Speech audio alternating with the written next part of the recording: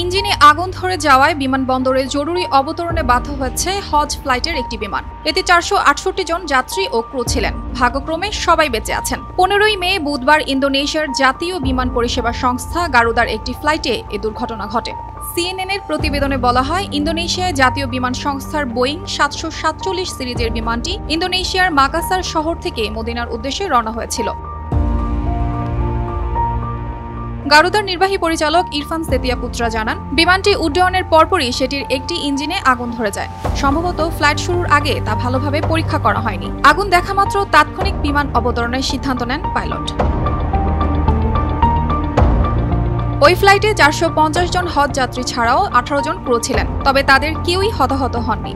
বিমানটি অবতরণের ২ ঘন্টার মধ্যে যাত্রীদের জন্য নতুন আরেকটি বিমানের বন্দোবস্ত করেছে গারুদা। সেই সঙ্গে মেরামতের জন্য আগুন লাগা বিমানকে করা হয়েছে গ্রাউন্ডেড। বিশ্বের বৃহত্তম দ্বীপরাষ্ট্র ইন্দোনেশিয়ার শত শত দ্বীপ রয়েছে। এক দ্বীপ থেকে অন্য দ্বীপে যেতে বিমানের ওপর নির্ভর করেন দেশটির বাসিন্দারা। তবে গত ২ বছরে কয়েকটি বিমান দুর্ঘটনার কারণে অভ্যন্তরীণ ভ্রমণের ক্ষেত্রে আকাশপথে যাত্রা এড়িয়ে চলছেন অনেক ইন্দোনেশিয়ান।